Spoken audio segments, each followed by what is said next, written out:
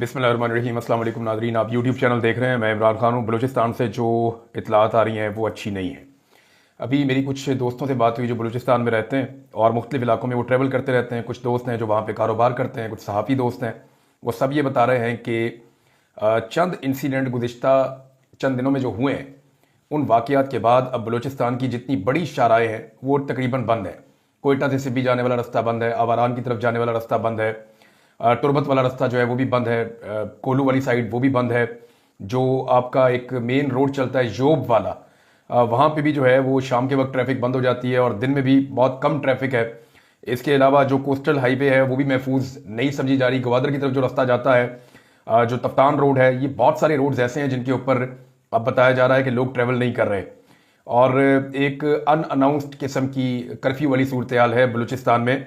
कारोबारी ज़िंदगी रुका हुआ है और तमाम लोग अपने कामों पे भी नहीं जा पा रहे। कोयटा के लोग, ऐसा लगता है कि शायद कोयटा के अंदर मैसूर है। ये खौफ की एक फिजा बनी हुई है। दहशतगर्द चाहते क्या है? वो अपना टारगेट अचीव करना चाहते हैं और उनका जो टारगेट है वो खौफ पैदा करना है, लोगों को डराना है। अब इस वक्त ISPR का एक स्टेटमेंट है, उनकी जानिब से जो इन्फॉर्मेशन आई वो है, और दूसरी जानिब दहशतगर्द भी जो है वो अपने नेटवर्क के जरिए से अपनी इंफॉर्मेशन फैला रहे हैं। अगर आप दोनों की बातों को एक साइड पर रख के सिर्फ एनी शाहिदीन की बात सुने तो एनी शाहिदीन ने जो नक्शा खींचा है इस सारे दहशतगर्दाना हमले का, वो बड़ा खौफनाक है। यानी सिंपली अभी एक और मैं एनी शाहिद की बात सुन रहा था, मेरे पास मेरे अपने मोबाइल फ़ोन में मेरे दोस्तों ने कुछ इंटरव्यूज़ करके भेजे हैं। वो जर्नलिस्ट हैं, वो ये कहते हैं जी हम तो अपने टीवी चैनल्स पे ये चला नहीं सकते, ना अपने सोशल मीडिया पे ये डाल सकते हैं। तो ये आप देखिए कि ये किस तरह की बातें कर रहे हैं। अब एनी शाहिदीन जो है वो ये बता रहे हैं कि दहशतगर्द जिस वक्त उन्होंने कंट्रोल कर लिया ट्रेन पे, तो उसके बाद वहाँ पे तकरीबन कोई दहशतगर्दों की तादाद 25 से 30 के करीब थी, इससे ज़्यादा नहीं थी उस वक्त जब कंट्रोल कर लिया। उससे पहले जो दहशतगर्द थे वो बाद लोगों ने रिपोर्ट किया वो बहुत ज़्यादा थे, लेकिन जब ट्रेन रोक ली, पहला मरला हो गया, तो बहुत सारे लोग चले गए। और फिर रात गए जो दहशतगर्दों की तादाद थी तकरीबन कोई 30 से जायद, उनमें से 20-25 अफराद, 20 से 25 वो ये कहते हैं कि वो वहां से निकल गए और उन्होंने पीछे 5 से 6 अस्करियत पसंद जो है उनको छोड़ दिया, BLA के लोगों को, और उनको ये कहा कि जनाब हम आपको सलाम पेश करते हैं, आप लोग शहीद हो जाएंगे। अच्छा, 5 से 6 बंदे उन्होंने वहां पे छोड़े और इन बंदों के साथ फिर लड़ाई होती रही है फोर्सेस की। और इन 5-6 बंदों के बारे में ये बताया जाता है जो लोग वहां से भाग कर गए, जिन्होंने अपनी जान बचाई, वो ये बताते हैं कि जब FC या पाक फौज के लोग या दूसरी जानिब SSG कमांडोज जो आए थे, वो जब इन्हें एंगेज करते थे तो ये ट्रेनों के नीचे घुस जाते थे और वहां घुस के अपनी जान बचाते थे। बाद औकात ड्रोन्स आते थे तो ये नीचे घुस जाते थे और ये फायरिंग करते थे। इसमें वो कहते हैं जी हमें मौका मिलता था और हम थोड़े थोड़े करके वहां से भागते चले गए और इस तरह हम लोग वहां से रेस्क्यू हुए हैं। यानी जैसे जैसे हमें मौका मिला हम वहां से भागते गए। अब ये जो दहशतगर्द वहां से निकले हैं उनके बारे में इत्तला आ रही है कि वो अपने साथ कुछ अहम लोगों को ले गए थे और वो शायद उनके पास यरगमाल है। अब इसमें दो मौक़िफ़ है, एक हुकूमत की साइड का मौक़िफ़ है या ISPR का, वो ये कहते हैं कि हमने उन दहशतगर्दों को भी मारा जो टोलियों की शक्ल में वहां से निकले। दूसरी जानिब जो है वो कुछ सोर्सेज ये बता रहे हैं कि अभी भी कुछ लोग लापता हैं, उनके बारे में पूरा डाटा अभी तक कंपाइल नहीं हुआ है। तो जब तक हमें पता नहीं चलता, पूरा डाटा नहीं आता, हम कुछ कह नहीं सकते कि तमाम लोग बाजियाब हुए या नहीं हुए।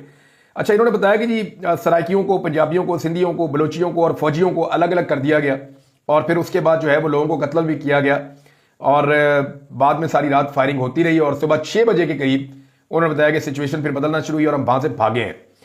अब नाजरीन, यहाँ पे जो पॉलिटिकल क़यादत है उसका बड़ा इंपॉर्टेंट रोल है। ख्वाजा साद रफीक साहब का स्टेटमेंट आया एक, और ख्वाजा साद रफीक साहब ने कुछ होश के नाखून लिए हैं। ये उन सियासतदानों में जो थोड़े से चीज़ों को हकीकत की नज़र से भी देख लेते हैं। तो ख्वाजा साद रफीक ने कहा कि जाफर एक्सप्रेस सानिया रियासत के सर पर मुसल्लत खतरे का सायरन है। बलोच एरिया आतिश फिशां बन चुका है। रियासत से नाराज अनासर की औलादें पाकिस्तान दुश्मनों के हत्थे चढ़ चुकी हैं। अब मामला यह है कि पाकिस्तान दुश्मनों के हत्थे उनको चढ़ने किसने दिया? ये मौका तो था और ये बार बार मौका था कि उन लोगों को मनाकर मेन धारे में लाया जाता। मेरी जिन भी बलोच लोगों से बात हो रही है वो कह रहे हैं जी हमें ऐसा लगता है कि हमें धकेला जा रहा है पहाड़ों की जानिब, हमें ऐसा लगता है कि हमें धकेला जा रहा है और शायद ये रियासत हमें हथियार पकड़ाना चाहती है, हम कलम पकड़ना चाहते हैं, हम काम करना चाहते हैं, नौकरियां करना चाहते हैं, अपनी जिंदगी पुरअमन तरीके से गुजारना चाहते हैं, हम अपने हकूक लेना चाहते हैं, हम सियासत करना चाहते हैं, अपना मैंडेट जो है उसका एहतराम चाहते हैं। तो हम तो रूल ऑफ लॉ के मुताबिक जिंदगी गुजारना चाहते हैं, लेकिन यहां पे हमें ऐसा लगता है कि पहाड़ों की तरफ जानबूझकर धकेला जा रहा है। ये सूरत हाल वहां के लोग इसका शिकवा करते हैं और ये अब से नहीं कर रहे, बड़े लंबे अरसे से कर रहे हैं। अब डॉक्टर अब्दुल मालिक बलोच साहब ने बताया कि जब उनकी हुकूमत थी 2013 में, उनको नवाज शरीफ साहब ने एक मुआहदे के तहत 2.5 साल के लिए उनको, और फिर कहा था कि 2.5 साल के लिए हमारा वज़ीर आला आ जाएगा। तो जो डॉक्टर अब्दुल मालिक बलोच साहब हैं वो कहते हैं जी, तो मुझे उस वक्त की एस्टेब्लिशमेंट ने कहा जी कि, और सियासतदानों ने भी बैठ के मुज़ाकरात किए जाए, ये जो लोग पहाड़ों पे चले गए हैं या जो BLA के लोग हैं या जो शिद्दत पसंद हैं, इनके साथ मुज़ाकरात किए जाए, अलहदगी पसंदों को किसी बात पे लाया जाए। वो कहते हैं जी हमारे 2 मुतालबात थे जो मेरे सामने रखे गए। मैं गया, वो 2 मुतालबात लेकर मैंने जाके उनसे बात की कि एक आईने पाकिस्तान को मान लो, दूसरा पाकिस्तान की सिक्योरिटी को चैलेंज मत करो। तो उन्होंने दोनों बातों पर हामी भर ली और उनकी जानिब से कोई बहुत बड़ी डिमांड नहीं थी। वो स्कूल्स मांग रहे थे, नौकरियां मांग रहे थे, कॉलेजेस मांग रहे थे, यानी एजुकेशन का और नौकरियों का हक वो मांग रहे थे। तो उन्होंने कहा इतनी बड़ी बात नहीं थी। मैंने वापस आकर कहा कि इसका एक बड़ा हिस्सा तो मैं बतौर वज़ीर आला भी कर सकता हूं, तो हमें आगे बढ़ना चाहिए। लेकिन उस वक्त उन्होंने कहा जी कि जनरल राहील शरीफ थे, आर्मी चीफ, और कुछ एजेंसियां भी उन्होंने कहा जी साथ बैठी हुई थी। तो वो कहते हैं जब मैं वापस आया और मैं बहुत खुश था और उनकी टीम को भी बताया, जनरल राहील शरीफ की, और सबको मैंने आगाह किया। लेकिन यहां एस्टेब्लिशमेंट में एक स्कूल ऑफ थॉट मौजूद है और उस वक्त भी था जिसने कहा कि हम इनको एलिमिनेट कर देंगे, यानी हम इनको मार देंगे, आप बेफिक्र हो जाएं, हम इनसे निपट लेंगे। तो अब उन्होंने कहा जी कि उस वक्त की बात और है, तब मैंने काफी हद तक बात बना दी थी। अब ये मामला चले गए नौजवानों के हाथ में, और ये जिन नौजवानों के हाथ में चले गए हैं वो कंट्रोलेबल उस तरह से नहीं है जैसे पहले मैं उनसे बातचीत करके आ गया था। ये जनाब अब्दुल मालिक बलोच साहब ने ये बात बताई है। शौकत बसरा साहब जो पाकिस्तान तहरीक इंसाफ से हैं, उन्होंने एक स्टेटमेंट दिया इस मौके की मुनासबत से। शौकत बसरा साहब कहते हैं कि बलूचिस्तान में इतने बड़े साने के बाद बजाय इसके कि सिक्योरिटी इदारे अपनी नाकामी का जायजा लें कि आखिर दहशतगर्द एक पूरी ट्रेन को हाईजैक करने में कैसे कामयाब हो गए, मिलिट्री एस्टेब्लिशमेंट और इसकी मुसल्लत करदा कठपुतली हुकूमत का सारा फोकस इमरान खान और तहरीक इंसाफ को दबाने पर है। अब नाज़रीन, बलूचिस्तान की सूरत हाल जो है ना वो बहुत अजीब है। यानी उसका अगर आप एक लाइन के अंदर जायजा लें तो वो ये है कि बलूचिस्तान एक बहुत अमीर इलाका है। यानी अगर उसकी सरजमीन के अंदर आप देखें तो दुनिया भर की मादनियात हैं। लिथियम वहां पे है, कॉपर वहां पे है, सोना वहां पे है, वहां पे गैस वहां निकलती है, पेट्रोलियम वहां निकलता है, तो धातुओं से भरा पड़ा है। रेयर अर्थ एलिमेंट्स जो हैं वो बलूचिस्तान में मौजूद हैं। तो बलूचिस्तान एक बड़ा अमीर तरीन खित्ता है। यानी अगर अमारत के हिसाब से देखा जाए तो जमीन के अंदर से बलूचिस्तान बहुत अमीर है, सबसे अमीर है, इस खित्ते में सबसे अमीर है। लेकिन अगर आप जमीन के ऊपर देखें तो बलूचिस्तान सबसे गरीब है। ना उनके लोगों के पास खाने के लिए है कोई ठीक तरीके से, ना ढंग के उनके पास कपड़े हैं, ना ढंग के उनके पास घर है, ना उनका कोई लिविंग स्टैंडर्ड है। गैस निकलती बलूचिस्तान से है, इस्तेमाल लाहौर के डिफेंस में होती है। यानी वहां बलूचिस्तान में जहां से गैस निकलती है वहां लोग लकड़ियां जलाते हैं। अब इन महरूमियों के साथ अगर आपको लगता है कि वो आपकी सारी बातें मानेंगे तो बलूच बड़े आजाद ज़हनियत के लोग हैं।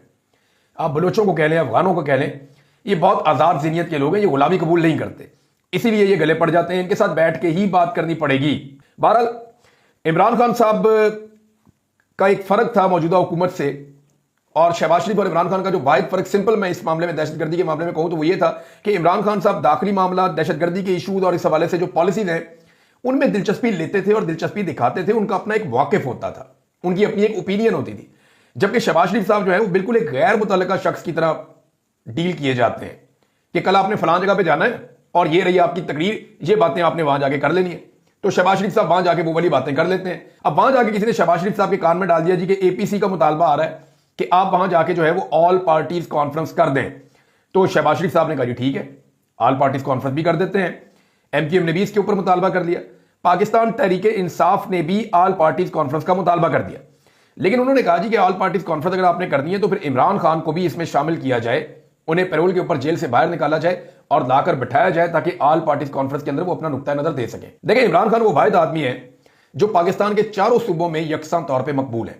आजाद कश्मीर में भी, गिलगित बल्तिस्तान में भी, और पाकिस्तान के चारों सूबों में भी सबसे ज्यादा वोट इमरान खान साहब को पड़े। तो एक ऐसे लीडर को जेल में रख के आप कौमी इशू के ऊपर कोई हल नहीं निकाल सकते।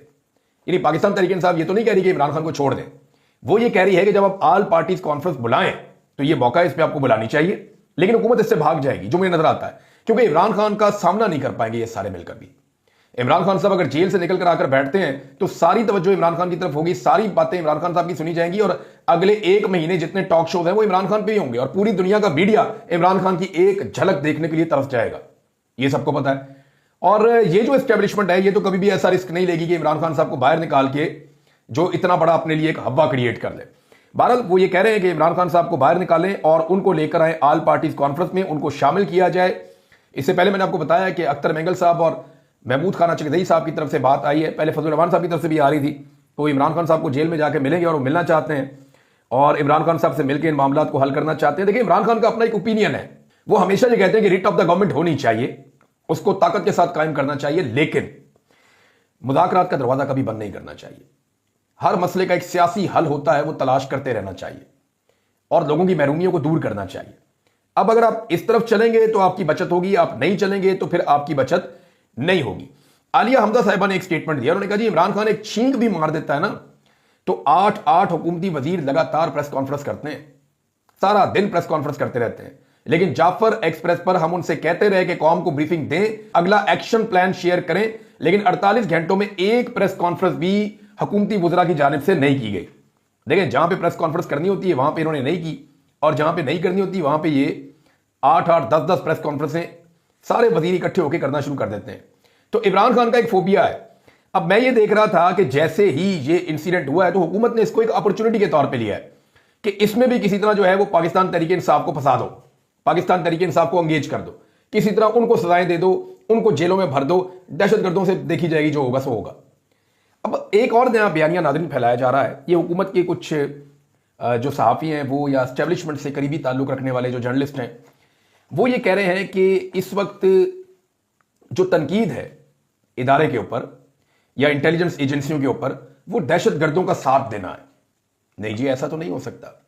दहशतगर्दों का साथ देना को बंदूकें उठा के चल पड़े दहशतगर्दों के साथ? भाई सवाल सिंपल है कि इतना बड़ा दहशतगर्दी का हमला हो गया, इंटेलिजेंस फेलियर है या नहीं है? और अगर ये इंटेलिजेंस फेलियर है तो कौन से इंटेलिजेंस वाले इसके लिए जिम्मेदार हैं, और जो जिम्मेदार है उनका एहतसाब किया जाए ताकि आइंदा इस तरह के वाक़े से हम बच जाएं। यानी सियासतदान का हमने एहतसाब करना है, पुलिस वाले का हमने एहतसाब करना है, ब्यूरोक्रेट का हमने एहतसाब करना है, हर तबके का हमने एहतसाब करना है, लेकिन जो जिम्मेदार है एजेंसियों का हमने कभी एहतसाब नहीं करना, इनको पूछना ही नहीं है, जो मर्जी करें। मामला यह है कि ये एक नेग्लिजेंस है और यहां पे एक बहुत बड़ी मिस्टेक है कि इतना बड़ा इंसिडेंट हो गया और इंटेलिजेंस एजेंसीज का फेलियर हो गया, तो इसके ऊपर सवाल उठाना किसी किस्म की गद्दारी या बगावत नहीं हो सकती, पूरी दुनिया में उठाए जाते हैं। हत्ता कि जब डोनाल्ड ट्रंप के ऊपर अटैक हुआ तो अमेरिका के अंदर कोई भी ऐसा छोटा बड़ा इंसिडेंट हो जाता है तो वो अपनी एजेंसीज को अकाउंटेबल करते हैं, उनसे सख्त सवालात करते हैं, उन्हें लाकर कटहरे में खड़ा करते हैं। क्या पाकिस्तान में हो सकता है कि DGISI को बुला के कौमी असेंबली में सख्त सवालात किए जाएं? क्या ये हो सकता है कि DG मिलिट्री इंटेलिजेंस को बुला के सख्त सवालात किए जाएं? इवन यहां पे तो जो IB का DG है उसको बुला के सख्त सवालात नहीं किए जा सकते असेंबली के अंदर। अमेरिका में ये होता है, बरतानिया में ये होता है, जिन मुल्कों की हम मिसालें देते हैं वहां पर यह सारा कुछ होता है, लेकिन यहां पाकिस्तान में ऐसा नहीं होता। नईम लोधी साहब जनरल है रिटायर, उन्होंने बड़ी दिलचस्प बात की है। इससे पहले एक ऐसी बात जो है सरवर बारी साहब ने भी की थी। जितने भी दिमाग पाकिस्तानी बन के सोच रहे हैं ना, जितने लोगों को थोड़ी समझ है और वो कॉमन सेंस से काम ले रहे हैं, वो एक ही बात कर रहे हैं सारे के सारे लोग कि होश के नाखून ले लो। जैसे ख्वाजा साद रफीक ने बात की, जैसे डॉक्टर अब्दुल मालिक बलोच ने बात की है, जैसे अख्तर मेंगल ने बात की है, जैसे महमूद खान अचकजई ने बात की है, जैसे असद कैसर ने बात की है, जैसे शेर अफजल मरवत साहब ने बात की है। ये सारे लोग ये कह रहे हैं कि होश के नाखून लो, रेत की तरह हाथ से फिसलती जा रही हैं चीजें आपके। आज बलूचिस्तान की सड़कों के ऊपर हूं का आलम है, शाहराहों के ऊपर से लोग गुजरने से डर रहे हैं, ट्रेन के अंदर लोग महफूज नहीं है, सड़कों पे लोग महफूज नहीं है, वजीर महफूज नहीं है। ये आते हैं, आकर चेक पोस्टों पे और थानों पे हमले करते हैं और असला लेकर चले जाते हैं। अंदाजा कीजिए आप। और पूरे बलूचिस्तान के अंदर जितनी आपकी बलोच बेल्ट है वहां पे BLA के लिए हमदर्दियां पैदा हो रही हैं लोगों के दिलों में, क्योंकि लोगों के मैंडेट का एहतराम ही नहीं किया गया। अब नईम लोधी साहब कहते हैं कि क्या कोई बचाव का रास्ता मौजूद है? जी हां, बिल्कुल मौजूद है। कोई मानने को तैयार नहीं कि इस गंद में मुल्क को हम सब ने मिलकर धकेला है। सबको तौबा ताइब होना पड़ेगा, मिलकर बैठना पड़ेगा। इमरान खान, नवाज शरीफ और जरदारी साहिबान को एक दूसरे का मैंडेट मानना होगा, आइन की बिगड़ी सूरत को दोबारा संवारना होगा, हर इदारे को वापस अपने काम पर पूरी तवज्जो देना होगी, एक ग्रैंड डायलॉग के बाद आइंदा का लायामल बनाना होगा। किसी को माइनस ना पहले किया जा सका ना ही अब मुमकिन है। जितनी जल्द ये बात समझ लें उतना ही बेहतर है और तबाही का सफर खत्म करके तरक्की का सफर शुरू हो सकता है। ये जनाब नईम लोधी साहब ने भी एक सेन अप्रोच के साथ बेहतर बात की है। अब नाज़रीन, एक और चीज पर मुझे हैरत होती है, ये हमारे सहाफी दोस्त भी करते हैं, बहुत सारे और लोग भी करते हैं, और मीडिया भी ये पूरा का पूरा इसी काम पे लगा होता है, एस्टेब्लिशमेंट भी यही करती है कि जब भी कभी खैबर पख्तूनख्वा में हमला होता है ना कोई, तो वहां की सूबाई हुकूमत पे जिम्मेदारी डालते हैं, गंडापुर जिम्मेदार है जी, वो काम नहीं कर रहा। खैबर पख्तूनख्वा में कोई भी दहशतगर्दी का वाकया हो तो गंडापुर जिम्मेदार है जी। लेकिन आपने कभी सुना मीडिया में कि सरफराज भुट्टी जिम्मेदार है, या इन्होंने आवाज उठाई हो या कोई ऐसी बात की हो? यानी अगर खैबर पख्तूनख्वा में वाकया हो जाए तो गंडापुर जिम्मेदार है या पाकिस्तान तहरीक इंसाफ की हुकूमत और इमरान खान जिम्मेदार है। लेकिन अगर यही वाकया किसी और सूबे में हो जाए तो दहशतगर्द, भारत, रॉ और पाकिस्तान तहरीक इंसाफ जिम्मेदार है। अंदाजा कीजिए आप कि उधर भी पाकिस्तान तहरीक इंसाफ को फिट कर देते हैं। इस मुनाफकत के साथ हम दहशतगर्दी की लड़ाई में कौम को इकट्ठा नहीं कर सकते। ये आप मेरे से लिख कर ले लें कि दहशतगर्दी के खिलाफ जो लड़ाई चल रही है इसमें कौम कभी इकट्ठी नहीं हो सकती जब तक आप भारत को, रॉ को, अफगानिस्तान को और पीटीआई को जो है वो इकट्ठा सामने रख के और रगड़ा सिर्फ पीटीआई को लगाते रहेंगे। तब तक कभी भी आप इस दहशतगर्दी की वेव में से नहीं निकल सकते। नाज़रीन, दो खबरें मैं आपके सामने और रख देता हूं। एक खबर नाज़रीन आसिफ अली जरदारी साहब के हवाले से है। जरदारी साहब ने और बिलावल ने जो झूठ बोला कि उन्हें बड़ी फिक्र है, उन्हें इस बात की फिक्र है कि जनाब हमारे साथ बड़ी ज्यादती हो गई और सिंध का पानी जो है वो इधर हो गया तो उधर हो गया। तो मैं आपको एक अकाउंट दिखा रहा हूं, ये देखिए, ये सदर पाकिस्तान का अकाउंट है, द प्रेसिडेंट ऑफ पाकिस्तान। इसके आगे जो ब्लू टिक होता है वो ग्रे कलर का है। इसका मतलब यह है कि ये ऑफिशियल अकाउंट है उनका, और इसको जो ट्विटर है या एक्स है वो इसको एक्सेप्ट करता है कि ये सदर पाकिस्तान का अकाउंट है। इसके जो फॉलोअर्स हैं उनकी तादाद भी कोई 7.25 लाख के करीब है। ये आरफ अलवी साहब के टाइम पे भी था मेरे ख्याल में, और ये वही आसिफ अली जरदारी साहब भी उनकी टीम इस्तेमाल करती है। अब ये अकाउंट क्या बता रहा है, ये जरा आप खबरें देखें। इस अकाउंट के मुताबिक 8 जुलाई 2024 को आसिफ अली जरदारी साहब ने एक मीटिंग ली थी, और उस मीटिंग में आसिफ अली जरदारी साहब ने जिन नहरों के बारे में अभी ये मगरमच्छ के आंसू बहा रहे हैं ना, वो ये कह रहे हैं कि सिंधियों का पानी चोरी किया जा रहा है या सिंधियों के हक पे डाका डाला जा रहा है, ये डाका आसिफ अली जरदारी साहब ने खुद डाला था। और जो प्रेसिडेंट ऑफ पाकिस्तान है उनके अकाउंट के ऊपर जो ट्वीट हुए हैं मैं आपको पढ़ के सुना दूं। नंबर 1, ग्रीन पाकिस्तान मंसूबे के लिए 6 स्ट्रेटेजिक नहरों की तामीर की जाएगी। स्ट्रेटेजिक नहरों में चश्मा राइट बैंक, कच्ची, रेनी, ग्रेटर थल, चोलिस्तान और थर कैनाल शामिल हैं। नहरों से मुल्की काबिले काश्त रकबा, लाइफ स्टॉक और माहीगीरी की सलाहियत बढ़ाने में मदद मिलेगी। दूसरा, जनाब जरदारी साहब कह रहे हैं कि सदर मुमलिकत की ग्रीन पाकिस्तान मंसूबे के लिए स्ट्रेटेजिक नहरों पर काम शुरू करने की हदायत। ये 6 नहरों पर जरदारी साहब खुद हदायत दे रहे हैं कि फौरन काम शुरू करो। जरदारी साहब खुद कह रहे हैं कि ये नहरें बहुत जरूरी हैं। जरदारी साहब के पैगाम में नहरों के नाम मौजूद हैं, और बाकायदा ब्रीफिंग लेके जरदारी साहब ने इसके ऊपर हुक्म दिया था 8 जुलाई 2024 को। फिर कहते हैं पानी का ज़िया रोकने के लिए स्ट्रेटेजिक नहरों की कंक्रीट लाइनिंग की जाएगी। तो जरदारी साहब ने जनाब नहरों के हवाले से, ये वीडियो भी है जनाब, ये उनके अपने अकाउंट पे लगी हुई है। बहुत खुश हैं आसिफ अली जरदारी, उनके साथ मोहसिन नकवी, उनके साथ जो है ये कुछ यूनिफॉर्म में फौजी अफसरान बैठे हुए हैं, और उनके साथ कोई एक ब्यूरोक्रेट बैठा हुआ है। तो जनाब इन्होंने तो खुद सिंध का पानी दिया। वो सही कहते हैं, क्या नाम है उनका, उमर अयूब साहब जो अपोजिशन लीडर है, वो कहते हैं ना कि ये बाप बेटे ने मिलकर सिंधियों का पानी बेच दिया है। सिंध का जो किसान है उसको इन्होंने मारा है।